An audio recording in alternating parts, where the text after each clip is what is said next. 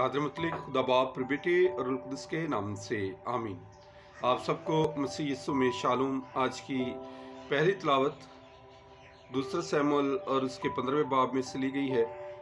दाऊद ने अपने बेटे अबी शालूम को कत्ल की सज़ा के तौर पर जलावतन किया और दरबार से अलग कर दिया। ऐसे में अब अबी शालूम अपने बाप पर हमला करने और बगावत करके उसे कत्ल करने को तैयार हो गया।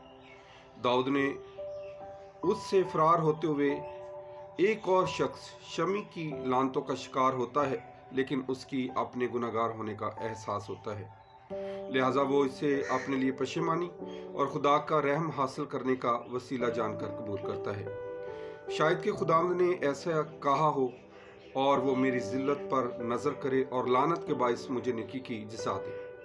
कितना खूबसूरत तस्वर है और ईमान है अपनी मुश्किलों में खुदा का इरादा मर्जी जानने की कोशिश करना और उससे कबूल करना। आज की अंजील मुकद्दस मरकज़ की अंजील और उसके 5वें बाब में से ली गई है।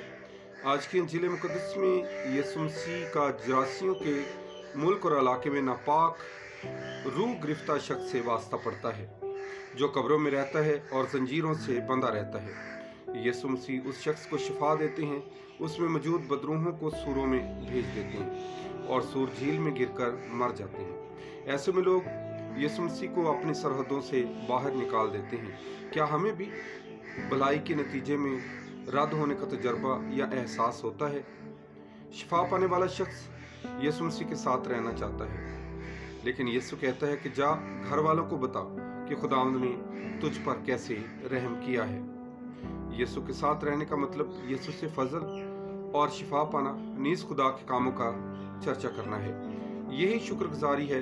क्या हम रोज़ खुदा से फजल पाकर उसके कामों का जिक्र करते और शुक्रगुजारी करते हैं या नहीं करते हैं? हमारे लिए बहुत ज़रूर है कि हम भी खुदा के हमेशा शुक्रगुजार रहें, क्योंकि खुदावंद यीशु मसीह अपने वादों के मुताबिक हमारे साथ मौजूद है। आज का दिन मेरे लिए और आपके लिए बाइस बरकत हो। आमीन।